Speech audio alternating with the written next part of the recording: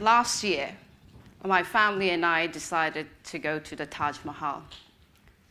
The journey was great, and it's always fun to go somewhere with your family, and especially when family don't get together that often. We live in different parts of the world.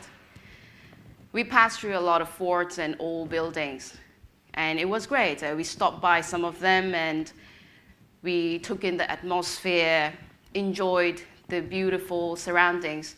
It was like a gradual build-up. And finally, when we reached the Taj Mahal, we were very excited to go in. So we quickly queued up. And when we reached the counter, the guy quoted a price which didn't seem right to me. When questioned, he just pointed at the rate card. And then I said to him, "भैया जी, मैं भारतीय हूँ. आप मुझे विलायती समझकर ज़्यादा दाम क्यों ले रहे हो?" Good afternoon, ladies and gentlemen. My name is Sylvia, and I am Indian. I'm here to tell you a couple of stories about my childhood and how it was for me growing up in India. These are my stories. These are stories of maybe another 12,000 people like me, Chinese India, growing up in India. Chinatown, where I grew up, is in India, is not like any other Chinatown that you will find. Because, yes, it has its own share of restaurants and little Chinese shops, but predominantly it is an industrial town. Lots of tanneries everywhere, and if you've been to a tannery, you would know that the smell of salt, preserved, rawhide is not the greatest, but that stench is home to me. Tangra, that's the name of my Chinatown.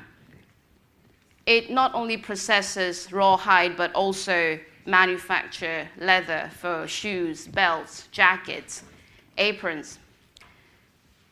So someday, if you see me in some shoe shop, carrying a shoe, holding it close to me, caressing it, and smelling it, it simply means that I'm homesick and nothing else. Okay, growing up in India, the Chinatown had a school inside. That's where I studied. So most of the students in the school were Chinese. So most of my friends were Chinese. Well, actually, I only had Chinese as friends until I passed out, finished my junior college. Then came university, and I had to travel out of my Chinatown, out of my protective bubble.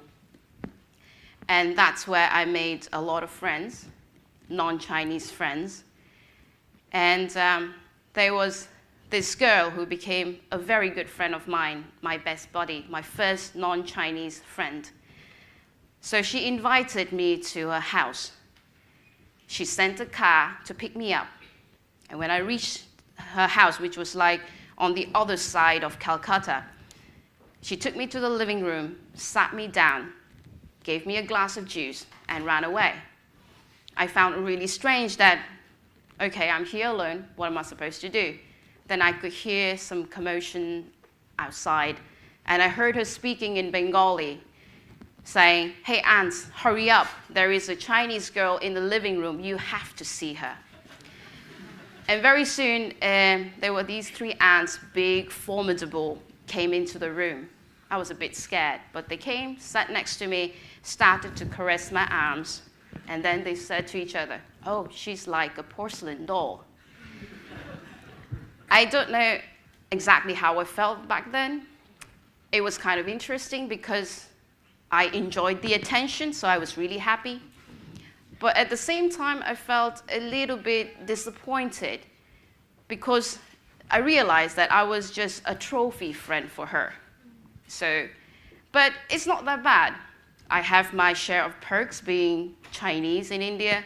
People mistake me for foreigner all the time, so I can stand in a shorter queue at post office, train station, and sometimes even at the immigration checkpoint. They just hurry me past because I'm a foreigner. but it's not that bad. I am Chinese. I am Indian. I'm a person, so I can't really be reduced to a label. Chinese, Indian, Chindian, Rojak. I am Sylvia. And hey, between my Hindi and my Mandarin, I can speak to half the population of this world. Thank you so much.